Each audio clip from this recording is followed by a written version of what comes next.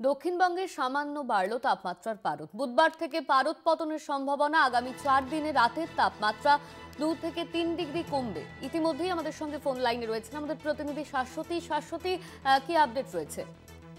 দেখো, এই ঘূর্ণিঝড় দিতওয়ার পরোক্ষ প্রভাবেই কিন্তু তাপমাত্রা ঊর্ধ্বমুখী দক্ষিণবঙ্গে। এবং আজকে শহর কলকাতার তাপমাত্রা 20 ডিগ্রি সেলসিয়াসের ঘরে, যা স্বাভাবিকের থেকে অনেকটাই বেশি। এবং জেলাগুলিতেও যেখানে তাপমাত্রার পারদ স্বাভাবিকের নিচে অবস্থান করছিল, সেখানেও কিন্তু তাপমাত্রা 15 ডিগ্রি সেলসিয়াসের আশেপাশে ঘোরাফেরা করছে।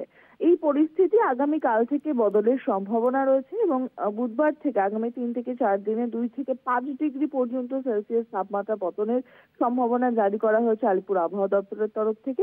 সেক্ষেত্রে শহর কলকাতাতেও তাপমাত্রার পারদ কিন্তু 15 থেকে 13 ডিগ্রির ঘরে অবস্থান করতে পারে এবং পশ্চিমের জেলাগুলিতে কোথাও কোথাও শৈত্যপ্রবাহের ইঙ্গিতও মিলছে। তবে এই সমস্তটাই আগামী 2 থেকে 3 দিনের তাপমাত্রা পরিবর্তনের উপর অবস্থান করবে। আজ দক্ষিণবঙ্গের একাধিক জায়গায় তাপমাত্রা বৃদ্ধি পাওয়ায় কুয়াশার সম্ভাবনা বেড়েছে এবং দৃশ্যমানতা কমেছে বেশ কিছু জেলার ক্ষেত্রে। কোথাও কোথাও 200 মিটারের কাছাকাছি নেমে গেছে দৃশ্যমানতা। বেলা বাড়ার সঙ্গে সঙ্গে রৌদ্রোজ্জ্বল আকাশ এবং কিছুটা হলেও কোথাও আংশিক মেঘলা আকাশেরও দেখা মিলতে পারে। তবে বৃষ্টির কোনো সম্ভাবনা নেই। সম্পূর্ণভাবে শুষ্ক আবহাওয়া আগামী 1 সপ্তাহ জুড়ে, এমনটাই পূর্বাভাস দিচ্ছে আলিপুর আবহাওয়া দপ্তর। অপরদিকে উত্তরবঙ্গেও বৃষ্টির কোনো সম্ভাবনা নেই। স্বাভাবিকের কাছেই তাপমাত্রার অবস্থানরত থাকছে।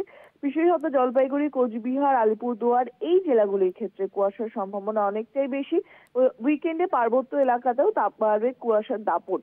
এবং এই সপ্তাহেই উত্তরবঙ্গের তাপমাত্রাও কিন্তু বেশ কিছুটা নিম্নমুখী হওয়ার ইঙ্গিত মিলছে। তবে শহর কলকাতার এই যে পরিস্থিতি, তার হাওয়া বদল আজকে রাত থেকেই অনুভূত হবে এবং রাতের দিক থেকেই কিন্তু তাপমাত্রার পারদ পতনের ইঙ্গিত রয়েছে। এবং শুক্র এবং শনিবার অর্থাৎ উইকেন্ডে এসে তাপমাত্রা বেশ কিছুটা নিম্নমুখী হবে এবং শীতের যে জাঁকিয়ে আমেজ তা কিন্তু আবারও পড়ার ইঙ্গিত মিলছে।